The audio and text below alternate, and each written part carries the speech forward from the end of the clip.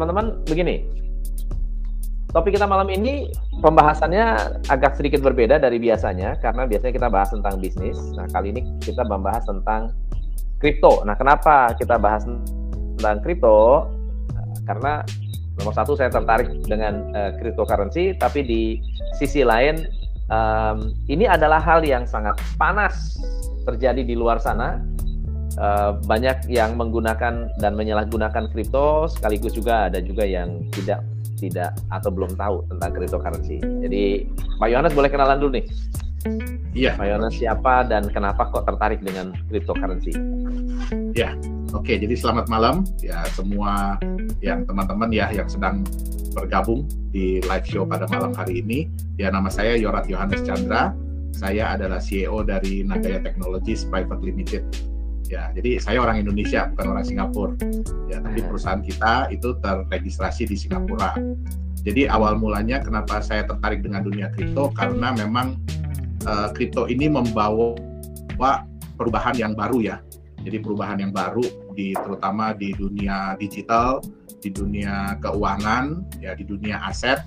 Ya, yang tadinya mungkin aset itu terbatas hanya di 1-2 tempat, terus hanya bisa diperdagangkan hanya di lokal ya, secara lokal, tapi kripto aset ini terbukti bisa mendisrupt, jadi bisa merubah kebiasaan-kebiasaan yang ada itu, sehingga yang tadinya sifatnya lokal bisa menjadi global. Jadi benar-benar kripto aset ini bisa diperdagangkan, bisa diperjualbelikan, bukan cuma misalnya di satu negara, tapi benar-benar bisa diperdagangkan sampai ke negara-negara lain. Jadi udah lintas batas lah. Nah, terus kemudian yang kedua, ya memang kripto ini memang dirancang ya, kalau kita belajar Bitcoin di awal kan dia dirancang untuk membuat revolusi di bidang mata uang, currency ya. Jadi di bidang mata uang, di mana kan salah satu yang dilawan oleh kripto aset atau cryptocurrency ini kan adalah inflasi. Yang kita tahu inflasi itu terjadi juga salah satu akibatnya adalah supply uang yang terus bertambah. Benar. Sedangkan di crypto aset atau cryptocurrency kan uang ini jumlahnya itu terbatas. Ya, seperti yang kita tahu Bitcoin itu tidak akan pernah melebihi 21 juta Bitcoin. Nah, jadi diharapkan bisa melawan dari inflasi. Nah, dan diharapkan ya ke depannya bisa menjadi salah satu alternatif lah, Coach. Alternatif sebagai alat pembayaran. Itu dia. Kalau misalnya kita berbicara tentang cryptocurrency, Bitcoin dan shitcoin lainnya, kenapa teman-teman harus mengerti? Kira-kira kenapa harus dipahami? Kenapa harus dipelajari? Gunanya apa sih kita mengerti tentang cryptocurrency?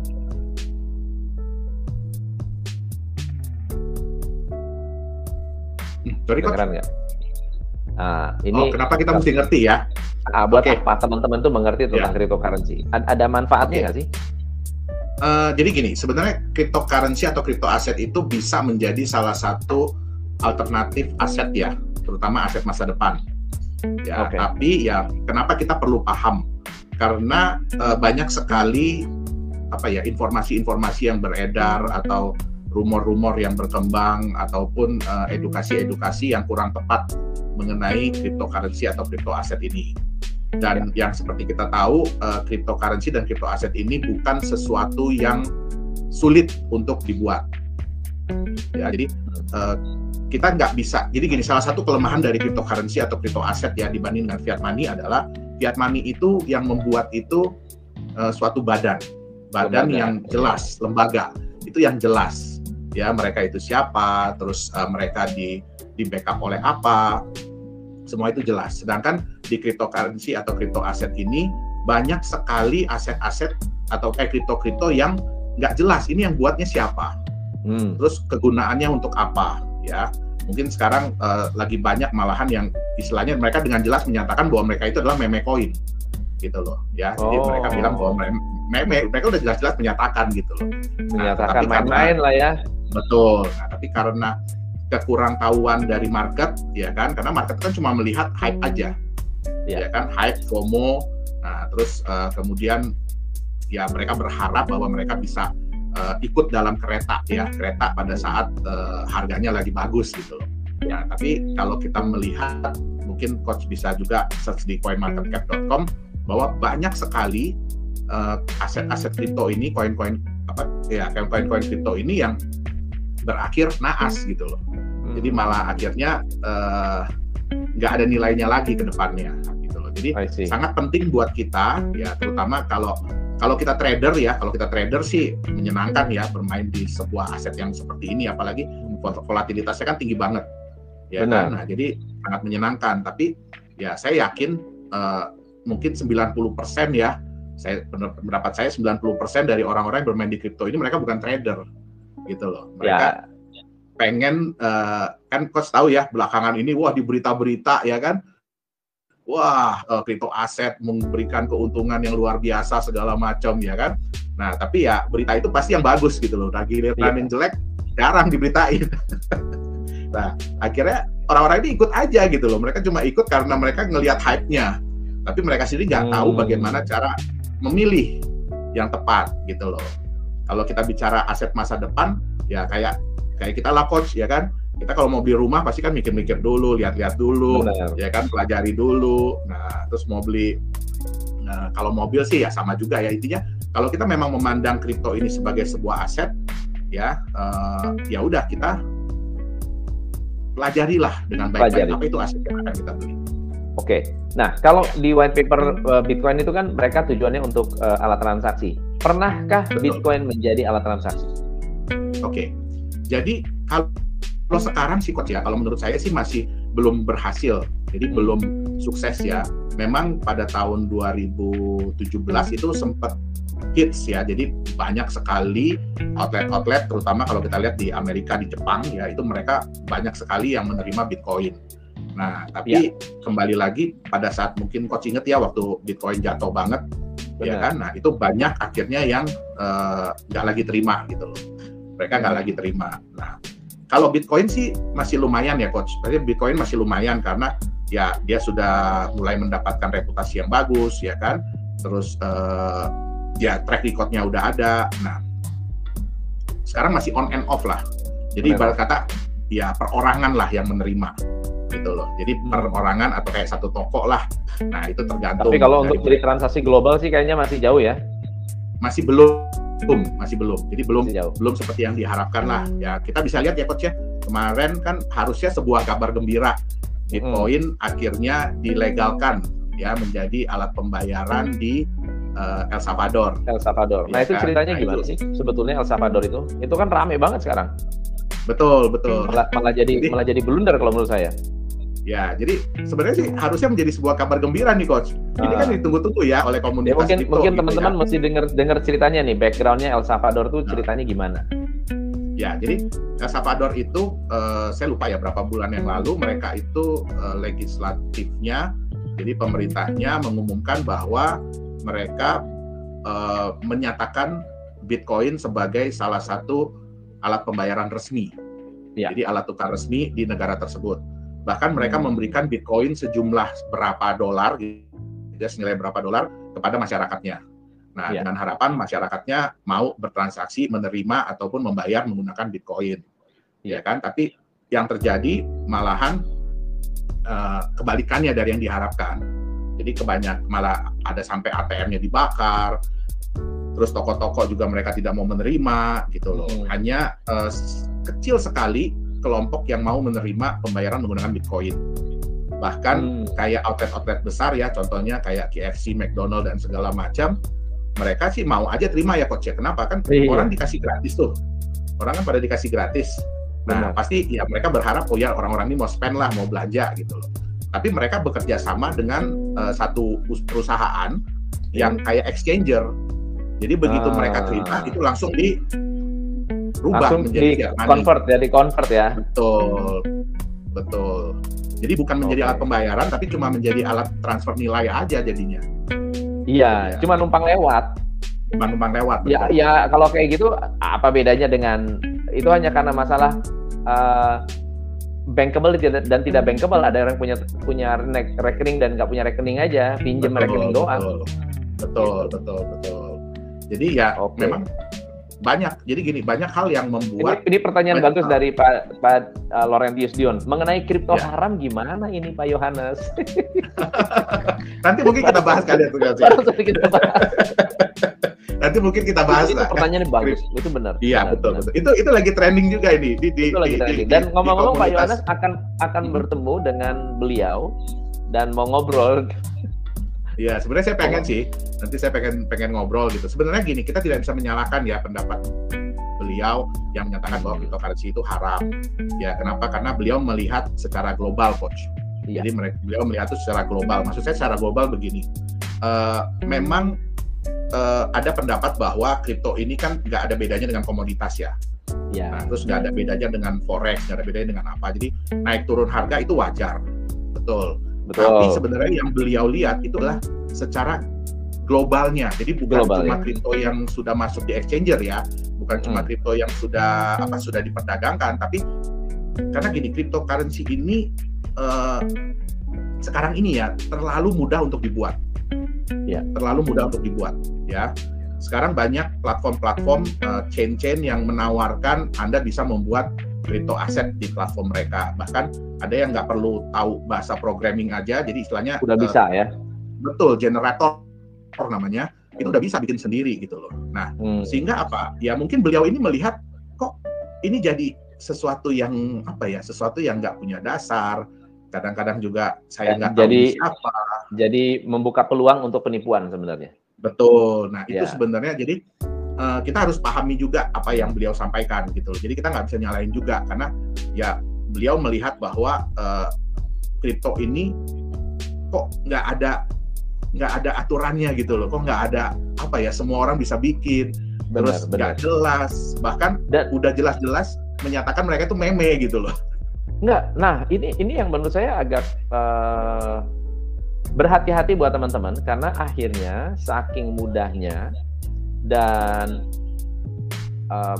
kelihatannya tergiur dengan kehebatan Bitcoin, apalagi sekarang banyak juga nih koin-koin lain yang meme coin yang juga naik dan banyak juga ada yang beli Shiba $100 tuh. Ini orangnya ada di sini nih lagi nonton nih.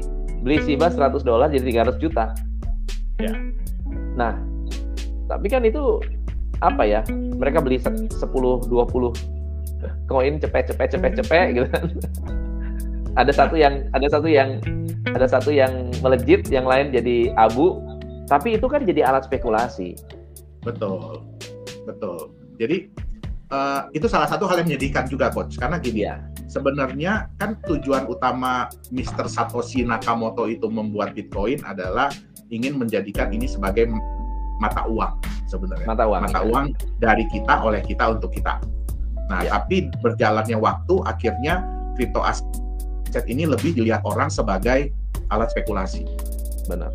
Nah, tadi yang Coach bilang tuh mungkin yang beli $100 jadi 300 juta ya itu saya yakin apa?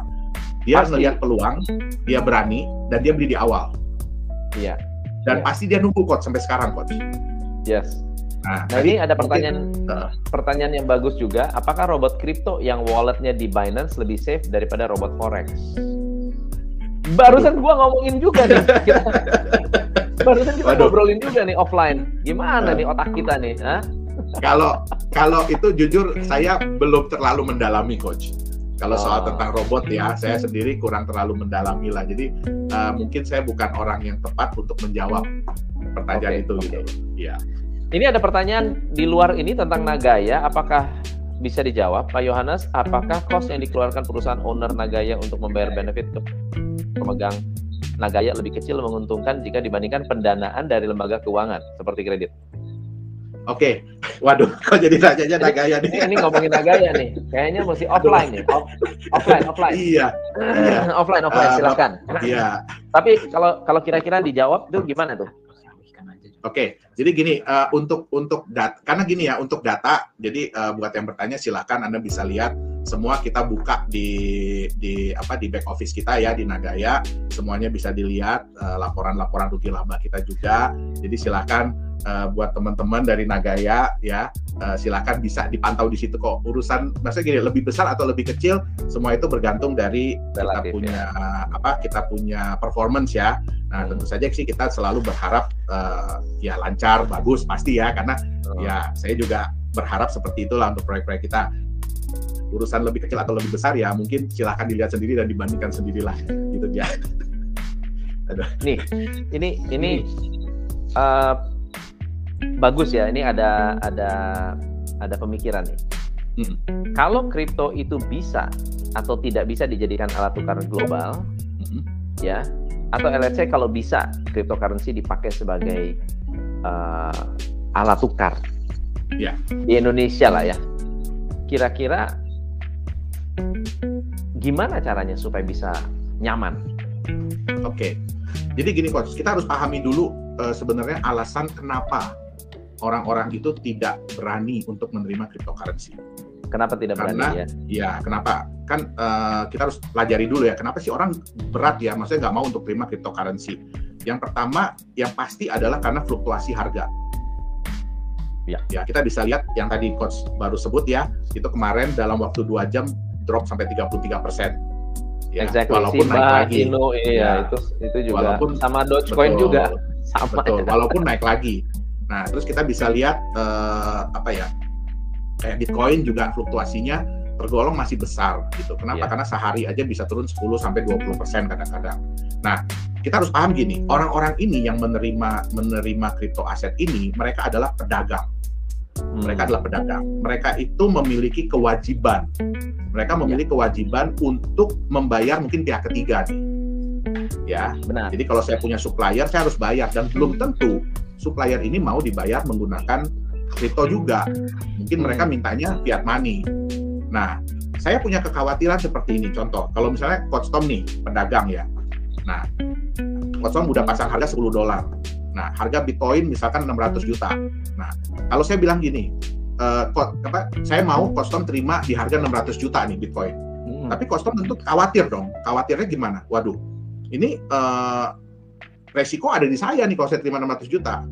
Nah, Coach Tom bilang, ya udah, saya mau terima Bitcoin kamu, tapi saya hargain 500 juta satu Bitcoin. Ya pasti saya juga nggak mau dong. Rugi kan saya gitu loh. Bener. Nah, jadi fluktuasi harga ini yang benar-benar menjadi beban. Bukan likuiditasnya. Kalau kita bicara Bitcoin, likuiditasnya udah sangat bagus. Gitu loh. Tapi fluktuasi harga ini yang masih membuat orang-orang belum yakin mau terima. Apalagi kalau mereka punya kewajiban ke pihak ketiga.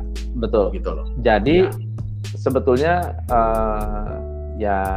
Bitcoin is like another US dollars atau euro. Selama kita masih pakai rupiah, kita nggak akan bisa meyakinkan bahwa harga tidak akan terjadi fluktuasi.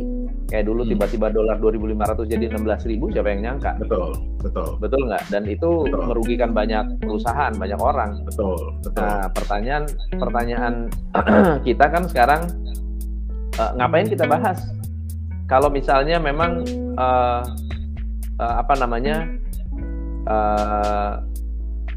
hanya dari segi keuangan gitu. Apakah sebenarnya yang sangat-sangat valuable adalah teknologinya? Ya. Jadi sebenarnya gini Coach. Jadi kita kalau teknologi sih Coach, yang menurut saya ya udah more than enough.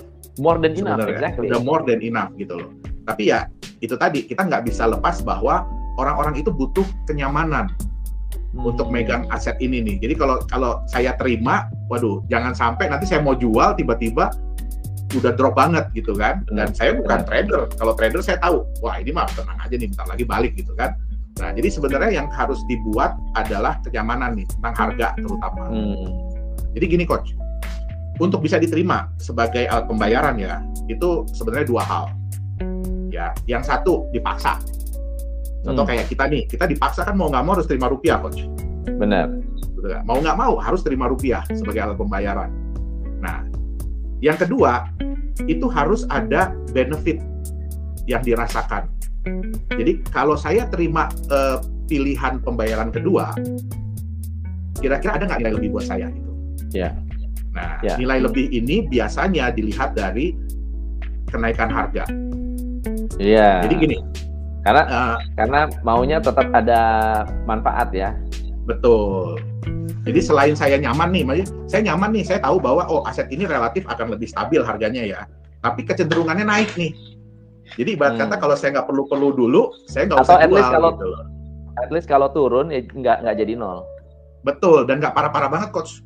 Iya. Ya turun mungkin ya 1-2% masih oke lah, mereka masih bisa terima. Tapi kalau mereka lihat jangka panjang, ya kan, nah ini aset ini bagus nih, ditarik jangka panjang harganya naik gitu dia. Nah itu sebenarnya stablecoin kan seperti itu. Kalau stablecoin enggak, Coach, karena stablecoin itu kan harganya mengikat kepada kepada barang yang dijadikan jaminan. Gitu dia. Ya. Jadi kalau misalkan nih saya pack satu koin dengan $1, ya mendingan saya terima $nya, Coach. Karena kan udah jelas gitu loh, saya pegang barangnya, atau saya di pack, maksudnya di backup dengan 1 gram emas selama-lamanya gitu kan. Mendingan saya terima emasnya aja, Anda bayar saya pakai emasnya aja deh sekalian gitu loh. Ya, jadi, betul. Nah disinilah kayaknya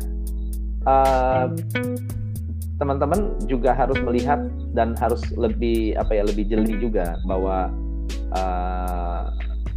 resiko itu selalu ada, tapi di sisi lain bukan hanya sebatas resiko, tapi juga riset. Ya, di sini riset. Nah, ini hal apakah yang menaikkan harga kripto? Apakah market cap naik akan menaikkan harga? Oke, jadi gini. Itu semua impian ya, Coach ya. Semua impian aset kripto itu dipakai sebagai alat pembayaran. Kenapa? Karena itu akan menaikkan market cap. Market cap. Jadi permintaan pasti akan naik. Kenapa? Karena market itu membutuhkan banyak untuk pembayaran. Nah, tapi gini. Tadi Coach mungkin ada tanya ya, gimana caranya ya supaya bisa diterima nih? Supaya bisa diterima. Betul. Nah, jadi gini Coach, kita nggak boleh. Jadi gini, kita sebagai mata uang kripto juga nggak boleh lupa diri. Walaupun kita punya teknologi yang sangat bagus, gitu ya, tapi kita harus belajar dengan founding father dari uang, yaitu bank sentral. Ya, kita harus belajar dari situ. Gini, uang sebuah negara itu semakin kuat dan semakin dipercaya oleh negara lain. Itu dari 2 hal. Ada 2 hal yang penting nih. Yang pertama, mereka tuh punya cadangan devisa. Semua negara tuh punya cadangan devisa, ya. Dan salah satu yang jadi patokan yang kita bisa lihat ya, mungkin kalau ada yang bisa search gitu ya. Kalau negara itu punya cadangan emas yang sangat besar, biasanya uangnya kuat, uangnya dipercaya orang. Itu dia. Jadi walaupun dibilang sekarang udah nggak ada lagi hubungan antara uang dengan emas, terus kenapa Cina dan Amerika dan negara-negara lain sibuk beli-beli emas gitu loh, nyimpenin emas buat apa? Gitu loh. Nah, itu yang pertama. Jadi kalau cadangan devisa mereka bagus, mereka kuat. Yang kedua, itu ada yang namanya neraca perdagangan. Itu yang dilihat banget juga. Jadi kalau neraca perdagangan positif, artinya negara itu dapat uang lebih banyak daripada spending money, daripada ngeluarin uang. Betul. Nah, artinya apa? Mereka menambah cadangan devisa mereka. Artinya cadangan devisa mereka itu semakin kuat. Gitu dia. Nah, jadi gini, kita harus lihat juga ya. Kita itu mau menunjukkan diri dulu. Jadi mata uang kripto itu mau menunjukkan diri dulu, ya kan, bahwa dia itu pantas untuk dijadikan mata uang. Baru biarkan nanti market yang menilai dan market yang berjalan. Atau ini kebanyakan dari mata uang kripto sekarang mereka yang membuat marketnya, Coach. Jadi mereka Gimana caranya? Karena ini menarik sekali buat teman-teman yang melakukan investasi, karena mereka ciptakan market dan akhirnya membuat kayak Dogecoin yang nggak sangka-sangka ya. Nah, jadi kalau Dogecoin sebenarnya mereka tidak menciptakan market dulu, Coach. Ya, sejalan dengan waktu, main-main kan? Betul, sejalan dengan waktu, ya kan, akhirnya orang mulai menerima. Seperti Bitcoin sebenarnya. Jadi Bitcoin itu tidak menciptakan utilitas dia dulu, tidak. gitu dia. Dia menciptakan performance dulu. Dia menciptakan kepercayaan orang dulu sehingga akhirnya dipakai utilitas. Nah, kalau kita bicara Bitcoin, Ethereum, Litecoin, Doge itu sebenarnya ya mereka tergolong yang sukses ya. Tapi kan sekarang banyak sekali yang ingin mengikuti langkah nih. Benar. Dan banyak yang fail. Nah, apa yang mereka lakukan? Biasanya mereka itu membuat dulu utilitasnya. Jadi mereka bikin dulu utilitasnya, contohnya exchanger nih. Mereka bikin dulu utilitasnya, ya kan? Nanti baru mereka keluarin koinnya. Utilitas tuh kegunaan ya, teman-teman ya. Kegunaan, tempatnya dulu nih, platformnya dulu nih, di mana nanti orang bisa pakai. Nah, akhirnya mereka bikin tokennya, nah itu nanti dipakai biasanya di platform mereka. Nah, kadang-kadang ini tergantung dari platformnya perform atau tidak. Nah, kalau platformnya tidak perform, yang terjadi apa? Lama-lama utilitasnya turun. Lama-lama market cap-nya pasti turun karena orang udah nggak butuh lagi. Jadi contoh gini, sekarang ini sayangnya ya banyak crypto aset ini yang akhirnya jadi voucher. Maksudnya gimana tuh? Ya, kayak kalau kita bandingkan ya voucher itu kan contoh nih, Kosto misalkan punya voucher MAP gitu ya, berarti cuma bisa dipakai di lingkungannya MAP, di toko-tokonya MAP. Terbatas ya. Betul. Ya, tapi ada utilitas. Betul. Bisa dipakai. Betul. Nah, ada voucher, sorry nih saya sebut nama ya, Giant ya. Nah, itu bisa dipakai di situ. Nah, tapi bagaimana kalau tempatnya hilang, Coach? Bagaimana kalau tempatnya hilang? Berarti kan utilitasnya hilang. Iya. Ya kan? Nah, itu banyak sekarang terjadi begitu. Jadi banyak akhirnya kripto-kripto ini karena utilitas mereka tidak bisa berkembang, tidak bisa apa, ya akhirnya hilang. Nah, yang bertahan, sebenarnya yang bertahan itu adalah kripto-kripto aset yang mereka menunjukkan performance mereka dulu. Kenapa mereka layak? Kenapa mereka layak untuk diperdagangkan? Kenapa mereka layak untuk diterima sebagai alat pembayaran? Alat pembayaran. Nah, baru nanti utilitasnya datang sendiri, Coach. Iya. Ini by the way di sini kan tadi MUI atau teman-teman yang menyampaikan NU atau MUI mengatakan bahwa ini sudah mulai haram. Nah, pemerintah juga pasti akan makin ketat sekarang nih. Jadi koin-koin atau bahkan ya robot-robot trading lah yang abal-abal atau yang memang sengaja ingin menipu, dia juga akan mulai pasti diamankan. Ditertibkan udah pasti. Nah, berarti legalitas makin dikejar ya. Kalau saya lihat sih sudah mengarah ke situ ya, Coach ya. Sudah mulai ke situ. Jadi, dan mulai cepat deh sekarang ya. Betul. Jadi Singapura itu udah dari lama. Ya. Singapura udah dari lama, Jepang udah dari lama. Terus kemudian Korea sekarang sudah mulai. Dia bukan lagi cuma mau mengatur exchanger, tapi mulai nanti akan mengatur aset-aset mana yang boleh. Yang boleh benar-benar diperdagangkan, yang boleh benar-benar masuk ke market di Korea. Nah, di Indonesia juga mungkin kan kita udah dengar ya akan ada exchanger yang maksudnya pemerintah yang buat, dan itu kan mereka bilang bahwa mereka akan mengutamakan kripto-kripto yang memiliki fundamental yang benar, gitu loh. Nah, jadi saya rasa sih kedepannya akan arahnya ke sana. Oke. Nah, kalau kita berarti kalau misalnya legalitasnya bagus, kemudian negara mulai masuk ke regulasi ya, masuk ke regulasi, berarti masa depan actually bisa kelihatan lebih cerah ya. Iya, betul Coach, betul. Jadi sebenarnya kripto ini ya mungkin juga pemerintah sadar ya bahwa mereka tidak bisa menghilangkan kripto apalagi dari segi teknologi ya. Nah, tapi mereka berusaha tidak bisa menghilangkan internet, money game. Nah, tapi ya mereka berusaha. Saya lihat, kita yakin dan percaya, dan saya lihat juga banyak negara-negara mereka yang sudah berusaha untuk menyehatkan iklim di dunia kripto. Ya, itulah. Jadi bukan dilarang, tapi disehatkan. Ya. So jadi ini kita terima pertanyaan dulu deh, beberapa pertanyaan. Tarmo dari mengapa Nagaya? Tunggu, ini pemerintah berikutnya perlu nambah satu pos Menteri Aset Digital. Ya, Albinar, tunggu bentar. Di sini di Instagram ada pertanyaan bagus. Combat Coach, gak usah jualan shitcoin. Setuju sekali. Saya sangat-sangat berhati-hati ya dengan yang namanya shitcoin. Apa bedanya kripto sama pembayaran digital seperti GoPay, OVO? Nah, ini pertanyaan bagus nih. Ya, jadi gini, perbedaan paling utama adalah kripto itu dibuat oleh swasta, private. Jadi bukan dibuat oleh pemerintah. Nah, yang kedua, digital payment itu sebenarnya adalah uang fiat yang dibuat dalam bentuk digital. Ya. Itu dia. Jadi sebenarnya tetap uang fiat. Jadi kayak di GoPay, di GrabPay gitu ya, sama seperti di OVO. transfer lah. Betul. Itu sebenarnya adalah rupiah dalam bentuk digital. Jadi beda dengan kripto. Beda dengan cryptocurrency. Iya. Pak Yohanes, utilitas seperti apa yang bisa memperkuat fundamental satu aset kripto? Siboro Nagaya, Siboro. Oke. Jadi gini, sebenarnya utilitas itu seharusnya datang dari pihak luar. Harusnya. Jadi untuk menunjukkan bahwa itu memang sehat, utilitas itu harus datang dari pihak luar. Jadi nggak bisa kita yang membuat tempatnya. Itu kayak saya bilang tadi, Coach, akhirnya jadi voucher.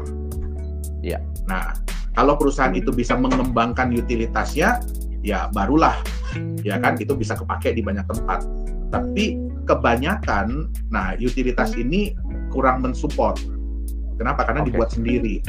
Itu dia. Nah, jadi yang lebih bagus adalah kalau memang utilitas itu datang dari pihak ketiga di luar daripada developer itu sendiri. Nah, ini Karang. Bagaimana cara memilih aset kripto yang benar? Gimana cara memilih aset kripto yang benar? Oke. Jadi yang paling penting sebenarnya, ini juga pernah kita bahas di yang sebelumnya ya, Coach. Yang lalu ya. Jadi yang paling penting sebenarnya adalah mereka harus sebaiknya ya, kalau kita bilang harus susah karena regulasinya pun tidak ada. Jadi sebaiknya mereka memiliki legalitas yang jelas. Itu dia. Terus tim developernya juga jelas lah. Itu dia. Kenapa? Karena ya salah satu hambatan juga dari dunia kripto ya karena terlalu banyak yang anonim ini nih, sehingga mungkin akhirnya dikeluarkan fatwa seperti itu. Ya kan, sebaiknya yang jelas juga. Terus kemudian perusahaannya tahu di mana. Kenapa? Karena tetap kayak gini, kita nggak bisa menyalahkan bank sentral. Ya, walaupun aset mereka itu naik turun atau kayak apa, inflasi kayak bagaimana, tapi setidak-tidaknya masih ada badan yang berusaha untuk menjaga nilai mata uangnya nih. Karena nggak mungkin juga BI mau kalau rupiah itu jatuh banget, nggak mungkin, ya kan? Pasti akan diusahakan dengan berbagai cara. Nah, kripto kebalikannya, Coach. Kebanyakan kripto itu ya udah kalau udah masuk di market ya itu kan market katanya. Ya kan, kita nggak bisa ngapa-ngapain, itu market loh katanya kan. Nah, jadi kalau kita jelas ya kan, maksudnya developernya jelas, terus kemudian yang paling penting adalah pelajari konsepnya. Betul. Kenaikan harga itu masuk di akal atau tidak? Bagaimana perusahaan nanti akan menjaga stabilitas harga? Nah, itu yang paling penting. Itu dia. Karena terbukti sekarang ya walaupun istilahnya waktu jualannya cepat, waktu jualannya wow gitu ya. Wow. Tapi banyak yang akhirnya ya udah cuma wow-nya di situ aja gitu loh. Oke. Teman-teman, ini ada pertanyaan bagus dari Eliora. Maaf melenceng, saya dikejar agen Victory.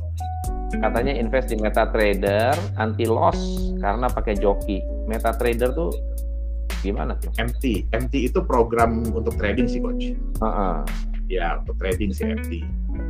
Kalau pendapat saya pribadi ya, kalau trading nggak pernah loss itu wow. Mungkin beliau perlu bicara dengan Menteri Keuangan kita tuh. Iya, pasti udah jadi konglomerat itu. Iya. Ya, hanya dari trading doang. Apalagi nih? Oke. So di dalam Bentar ya. Kalau di Indonesia sekarang lagi rame robot trading ya, robot trading ya. Lalu gimana sih caranya untuk mengenal ciri-ciri scammer? Ini pertanyaan bagus. Gimana cara mengenal ciri-ciri yang tentang robot trading nih, Coach? Nggak hanya robot trading, karena ada juga banyak yang mengaku cryptocurrency, tapi juga ada yang melakukan penipuan dengan cara ya pada dasarnya money game. Actually money game. Dia nggak hanya ada aja robot trading yang MLM. Udah robot trading MLM.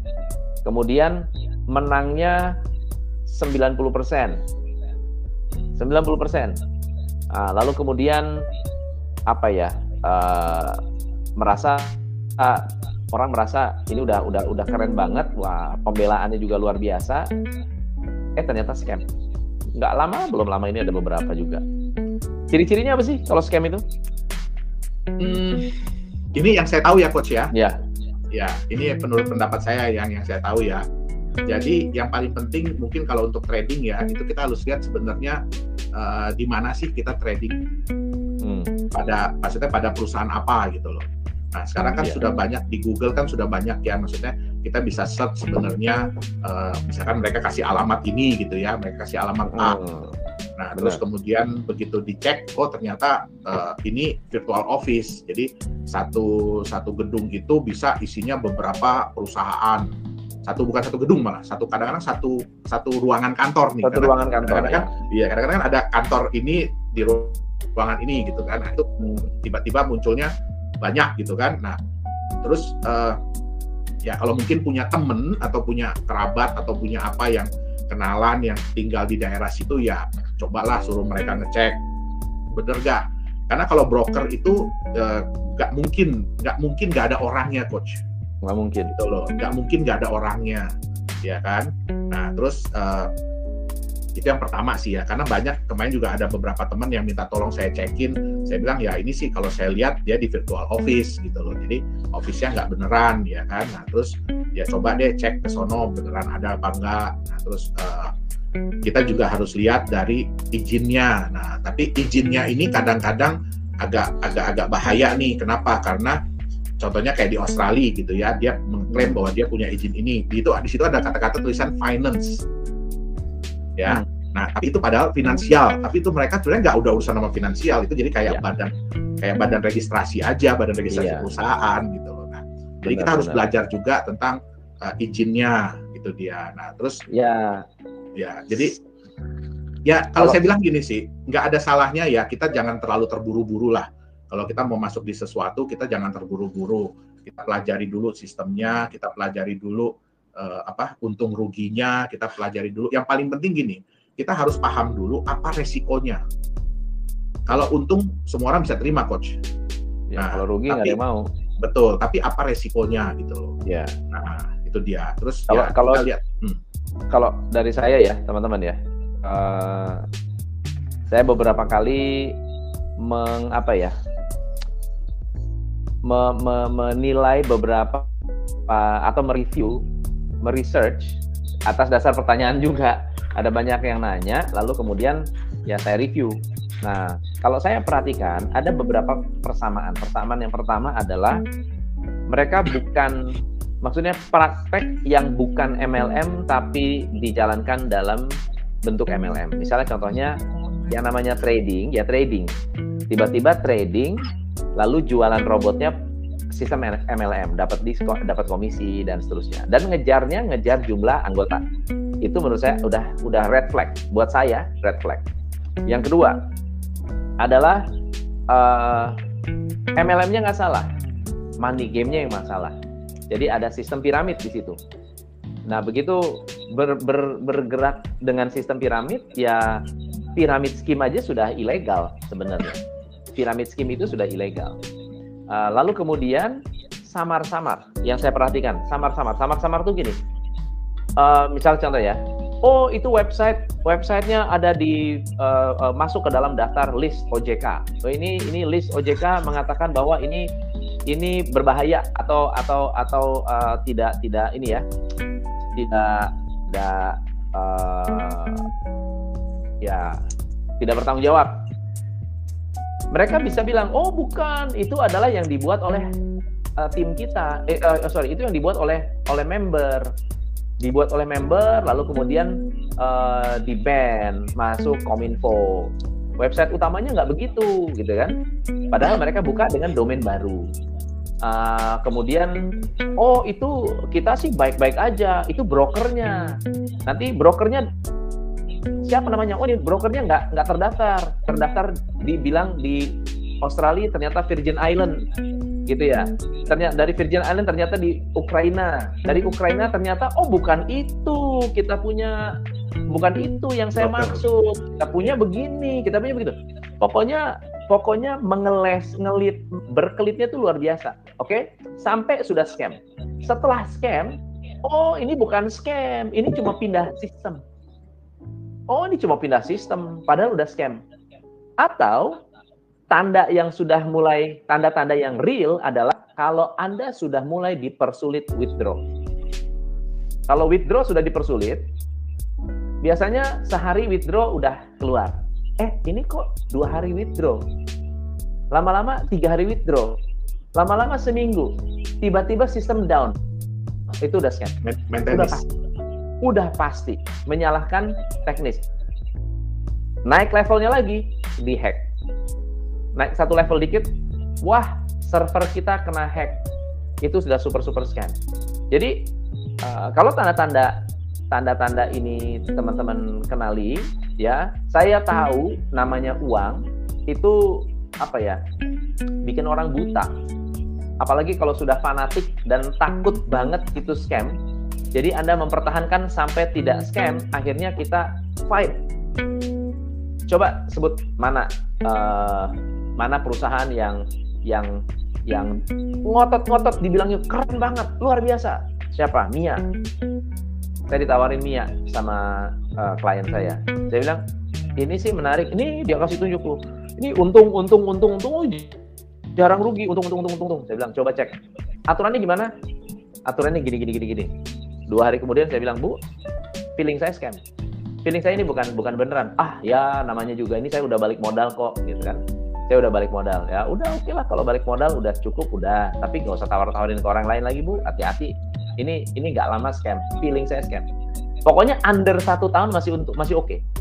Under 1 tahun masih oke. Lewat 1 tahun mendingan nggak usah. Lewat 1 tahun udah deh. Udah apa ya? Udah susah. Hidupnya udah susah. Kemudian financial.org. Financial.org yang dibilang, wah ini begini, ini begitu, wah dan sangat-sangat bombastis ya, heboh, di mana-mana heboh, ini itu heboh. Yang saya bilang, ini saya ditawarin sama salah satu dulu klien saya bilang, wah ini coach gini. Saya bilang ini interesting, tapi gue nggak punya feeling. Nggak bakal sampai setahun udah masalah nih. Enggak, ini gue udah untung sekian ribu orang udah ngumpul. Sunton Capital gitu. Jadi buat teman-teman, saya tidak akan mungkin, saya nggak mau lagi mereview Gainmax. Wah lagi heboh-hebohnya, mati-matian. Wah saya sebelum scam saya udah kasih tahu ini scamnya, ini scam, ini tanda-tandanya. Wah itu diserang habis-habisan.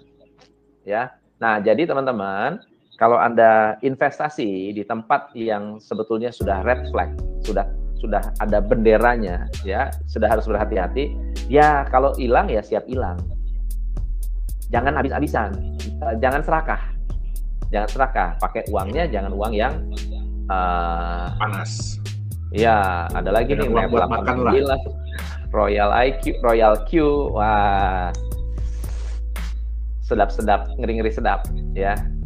Intinya teman-teman, kalau berbicara soal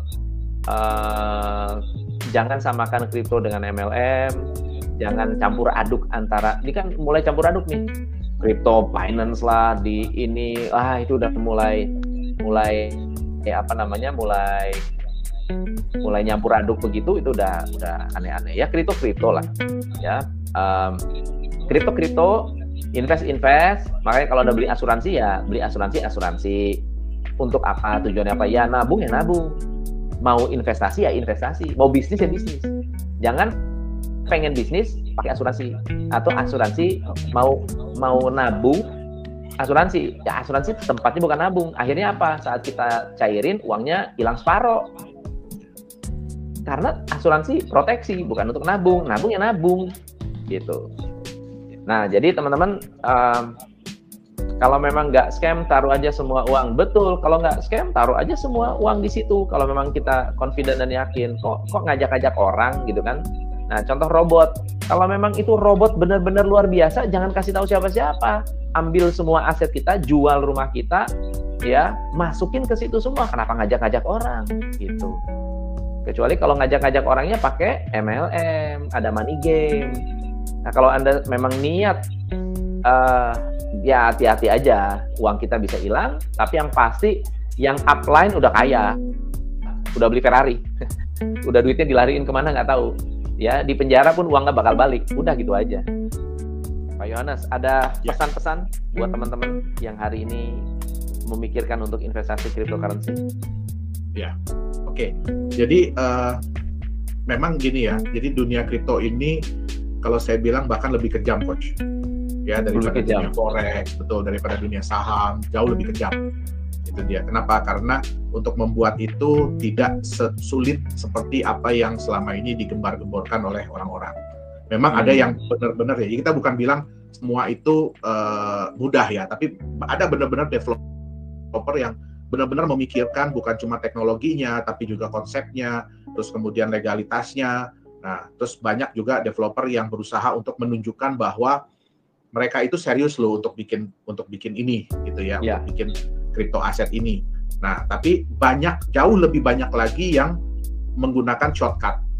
Saya bilang tadi menggunakan shortcut ya. Jadi yang kita bisa lihat ya di Binance Chain ya, di Binance Smart Chain itu ada sudah terbuat 1 juta jenis token.